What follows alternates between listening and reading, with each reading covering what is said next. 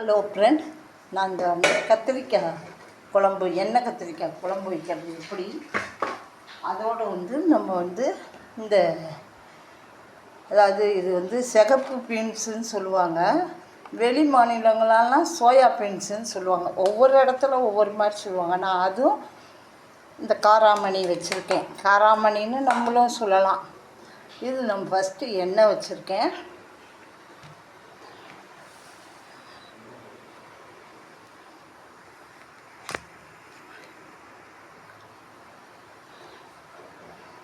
First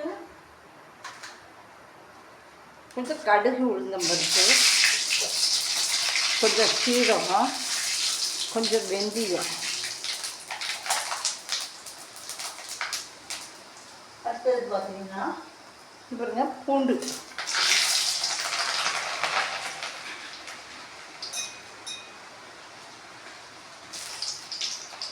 இந்த மாதிரி நம்ம புளிக்குழம்பு வைக்கிறது ரொம்ப நல்லாயிருக்கும். இது பாருங்க கொஞ்சம் வதங்கிருக்கு. இதோட கொஞ்சம் வெங்காயம் போட்டுருங்க.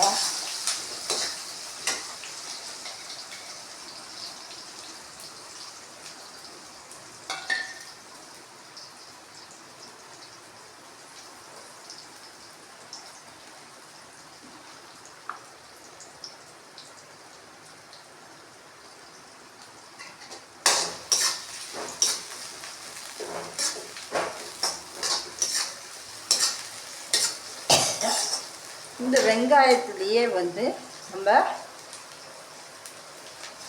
எல்லாம் கொஞ்சம் நல்லா வதக்கிட்டோம். இதில்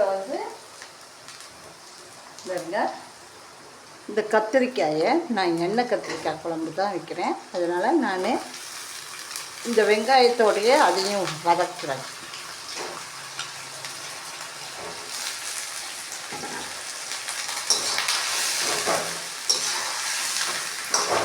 இப்படி வதக்கும் போது கத்திரிக்காயும் நல்லா வதங்கிடும். அதே மாதிரி வெங்காயமும் நல்லா கொஞ்சம் வதங்கிடும்.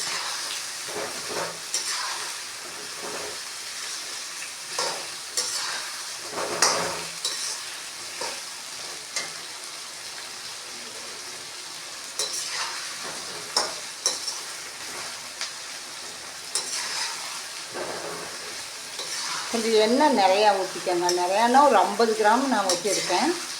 கொஞ்சம் விளக்கெண்ணெய் கூட ஊற்றலாம், கொஞ்சம் நல்லெண்ணெயும் ஊற்றலாம்.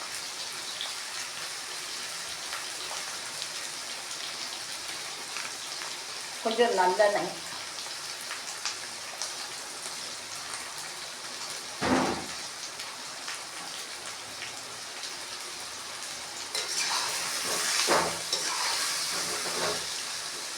இதோட பார்த்தீங்கன்னா நான்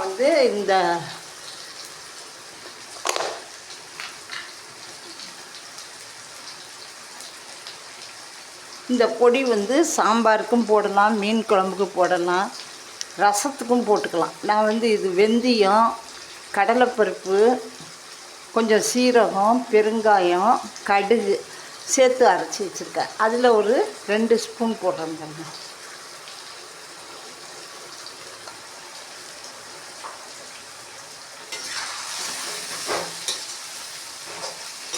நான் மீன் குழம்பா இருந்தாலும் சரி, புளிக்குழம்பா இருந்தாலும் சரி, நான் தேங்காய் இல்லாமல் தான் இந்த மாதிரி செய்வேன்.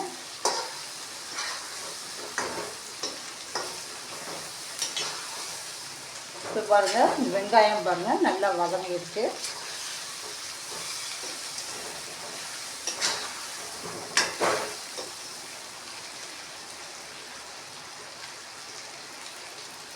இப்போ பார்த்தீங்கன்னா மிளகாத்தூளும் மல்லித்தூளும் வச்சுருக்கேன்.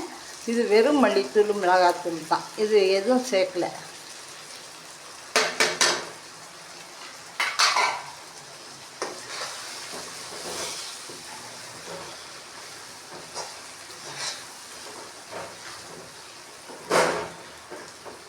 இதில் நம்ம இப்போ தக்காளியே போடுறோம்.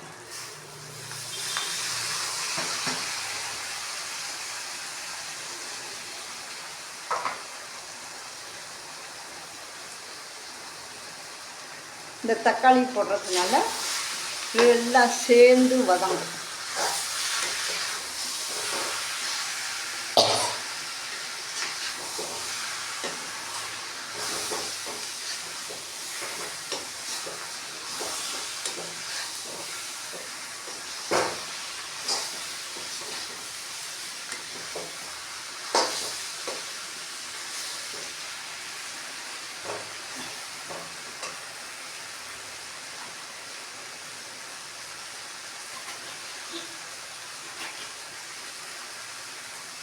கல் உப்பு போட்டுக்கோங்க.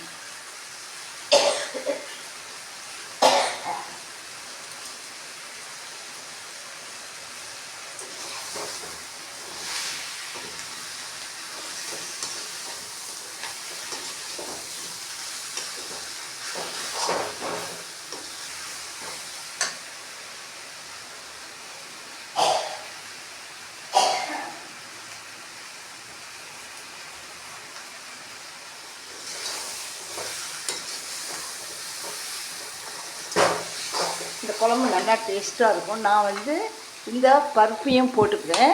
ஃபஸ்ட்டு புளி ஊற்றிக்கணும்.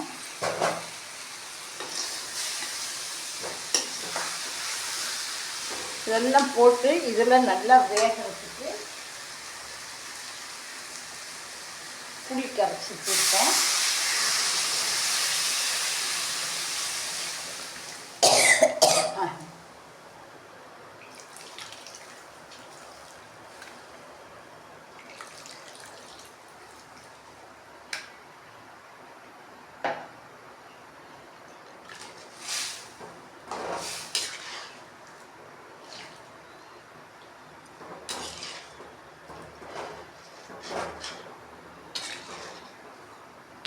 இந்த குழம்பு சுண்ட சுண்ட இன்னும் நல்லா டேஸ்ட்டு வந்துடும் உங்களுக்கு. தக்காளி எல்லாம்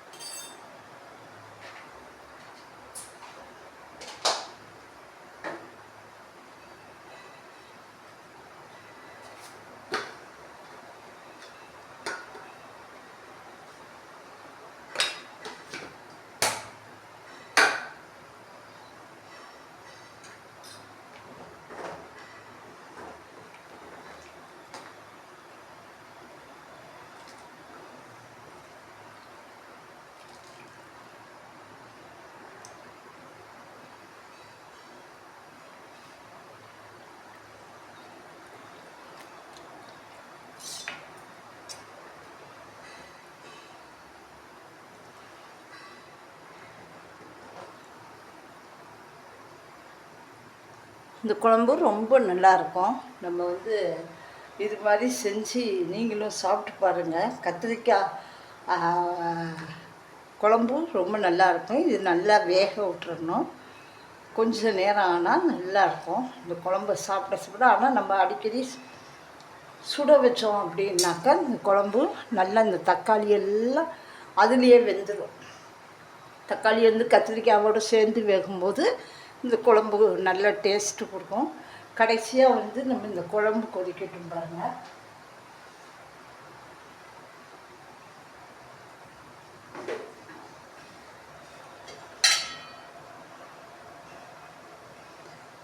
புளிக்குழம்பு வச்சு அந்த மாதிரி வச்சு பாருங்கள். பூண்டு, வெங்காயம், தக்காளி, மல்லித்தழை, மல்லித்தூள்,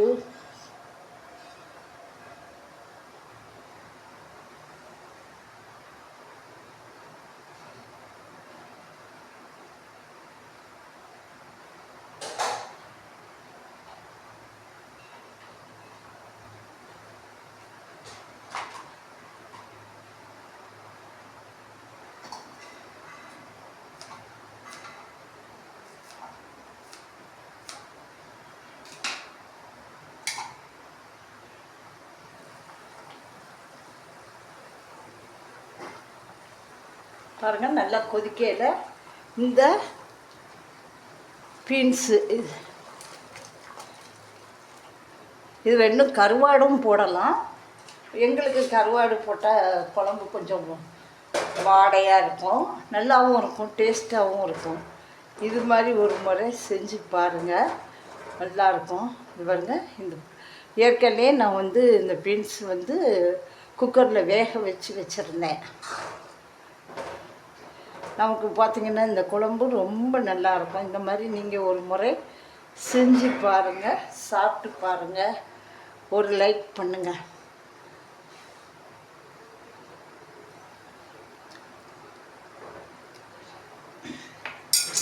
பெஸ்ட்டு. இந்த மாதிரி நீங்களும் செஞ்சு சாப்பிட்டு பார்த்துட்டு ஒரு லைக் பண்ணுங்கள். பாய்.